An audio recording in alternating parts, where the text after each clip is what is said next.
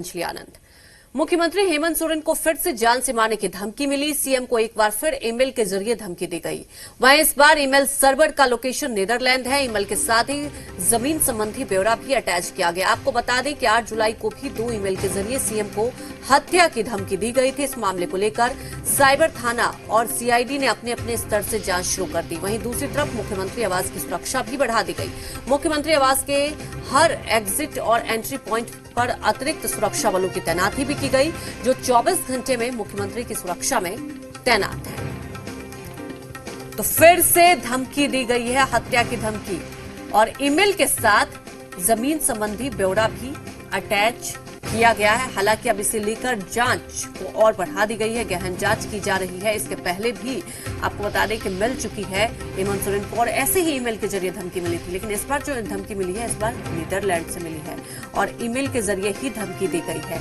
एक बहुत बड़ी चुनौती हो गई है, क्योंकि जिस तरह से ये धमकी आ रही है इसका लोकेशन तो पता चल गया है, लेकिन कैसे और कहां से क्या ये धमकी आ रही है, ये एक बहुत बड़ी चुनौती हो गई है साइबर सेल के लिए। लेकिन इस पूरे मामले को लेकर अब गहन जांच की जा रही है। इस वक्त की बड़ी खबर आपको बता रहे हैं। और हालांकि 24 घंटे मुख्यमंत्री की सुरक्षा की जो तैनाती है उसे और भी ज्यादा बढ़ा दी गई है। मुख्यमंत्री आवास के हर एग्जिट और एंट्री प्वाइंट पर अतिरिक्त सुरक्षा बलों की तैनाती की गई है। मुख्यमंत्री हेमंत सोरेन को जान से मारने की दी गई धमकी के बाद उनकी सुरक्षा बढ़ा दी गई है। हम अभी मुख्यमंत्री आवास के बाहर मौजूद हैं। जिस रास्ते का मुख्यमंत्री अपने घर जाने के लिए इस्तेमाल करते हैं, वहां पर ऐसे भी सुरक्षा व्यवस्था मुकम्मल थी, लेकिन धमकी दिए जाने के बाद पूरे परिसर के आसपास रैफ के जवानों की प्रतिनियुक्ति की जा चुकी है। जैप के जवान यहां पर मौजूद हैं और मुख्यमंत्री की सुरक्षा में 24 घंटे ये तैनात किए गए हैं। साफ तौर पर जिस तरीके से ईमेल के जरिए धमकी दी गई थी, उसके बाद मुख्यमंत्री की सुरक्षा चाक चौबंद कर दी गई है और मुख्यमंत्री की सुरक्षा में अतिरिक्त सुरक्षा बलों की तैनाती की जा चुकी है। लेकिन मुख्यमंत्री को मिली धमकी ने कहीं न कहीं साफ तौर पर पुलिस प्रशासन की नींद उड़ा दी है।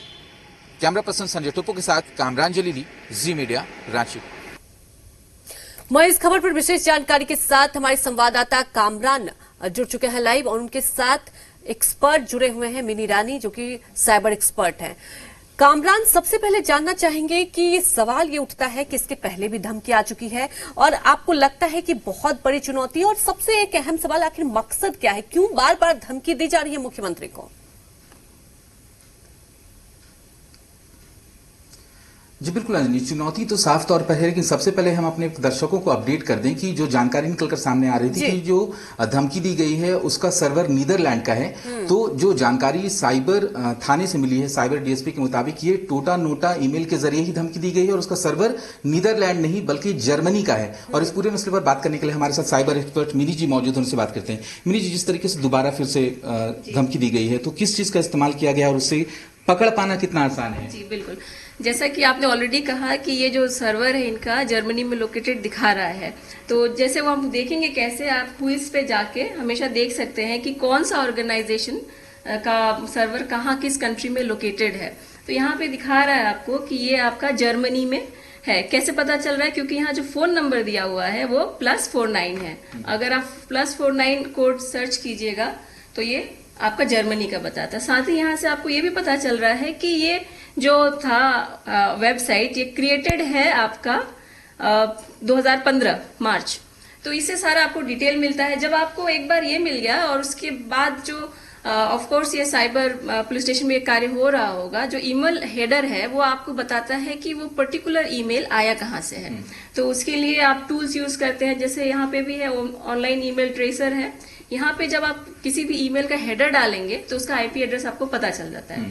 और जहां तक ये टूटा की बात है तो ये सर्विसेज ही प्रोवाइड करता है एनक्रिप्टेड ईमेल भेजना। मतलब कहने का मतलब जो भी एंड टू एंड, और इसको डिक्रिप्ट करना मुश्किल है। और क्योंकि अभी हमारे पास एक समस्या है कि जर्मनी के साथ हमारा एमलैट कोई साइन नहीं हुआ है, तो अगर नहीं भी होता तो भी फॉरेन पॉलिसीज बहुत सारे होते हैं। तो यही एक सवाल पे मैं आने वाला था कि एनक्रिप्टेड ईमेल है, एंड टू एंड रहता है, और ऐसे में जर्मनी के साथ जब साइन नहीं हुआ है तो फिर आरोपी तक पहुंच पाना कितना चुनौती होगा?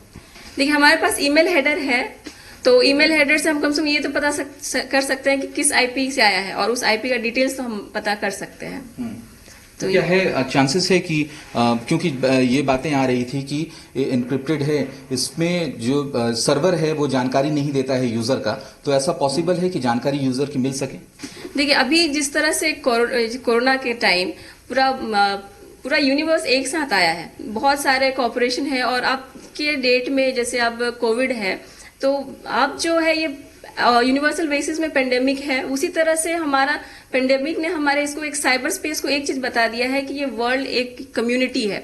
तो आई एम वेरी श्योर, क्योंकि इस मुद्दे पे ऑफ कोर्स सारी कंट्री साथ में आएगी, और हम कुछ ना कुछ will work out with Germany, क्योंकि it's need of the hour. अगर ऐसा नहीं करेंगे तो ये साइबर वारफेयर एक तरह से समझिए तो स्टार्ट हो चुका है ऑलरेडी। जो हमारे साइबर हैकर्स है, अटैकर्स है, पहले वो टारगेट करते थे due to some may be for name और to gain some money through bitcoins and all, लेकिन अब उनका टारगेट है कि कैसे वो कंट्री को डिस्ट्रॉय करे। अब वो टारगेट कर रहे हैं स्टेट के क्रिटिकल इंफ्रास्ट्रक्चर को। तो दिस इज हाई टाइम कि हर कंट्री साथ में आए और वो कोऑपरेट करे, क्योंकि जैसे अभी हाल ही में हमने देखा लास्ट वीक वेडनेसडे को बहुत सारे ट्विटर अकाउंट्स हैक हुए, और वो सारे एक ही जो करेंसी था बिटकॉइन का, वो एक ही वॉलेट का था। तो इसका मतलब ये है कि जो हमारा जो community as a whole universe है, हमें साथ में आके इसको कम्बैट करना ही होगा, और इसमें जरूर will work it out, because today can be Jharkhand, India, next can be Germany, they can also need data from us. बिल्कुल, जिस तरीके से पहले ये बातें आ रही थी कि शायद यूजर को ट्रेस कर पाना इतना आसान नहीं होगा, लेकिन साइबर एक्सपर्ट का साफ तौर पर कहना है कि आईपी एड्रेस के जरिए यूजर तक पहुंचा जा सकता है। हालांकि कुछ इसमें कार्रवाई भी होगी, कुछ अंडरस्टैंडिंग की जरूरत होगी, लेकिन एक अच्छी चीज है साइबर एक्सपर्ट के से ये जानकारी मिल रही है कि यूजर तक पहुंचा जा सकता है। तो अब पुलिस के लिए बड़ी चुनौती होगी, क्योंकि जिस तरीके से पहले भी 2 ईमेल के जरिए मुख्यमंत्री को धमकी दी गई थी, उसके बाद अब ये तीसरी धमकी दी गई है। हालांकि इस पूरी धमकी में जो जमीन के कागजात को भी अटैच किया गया है, तो साइबर थाना और सीआईडी अलग अलग तरीके से जांच के दायरे को बढ़ा चुकी है, और उम्मीद करते हैं हम सब, और जिस तरीके से साइबर थाने को भी ये उम्मीद है, उसके अधिकारियों को ये उम्मीद है कि जल्द ही जो आरोपी है वो पुलिस की गिरफ्त में होगा। जी बिल्कुल कामरान, उम्मीद यही करते हैं कि जल्द से जल्द आरोपी पुलिस की गिरफ्त में है, लेकिन सवाल ये उठता है कि अब इसके लिए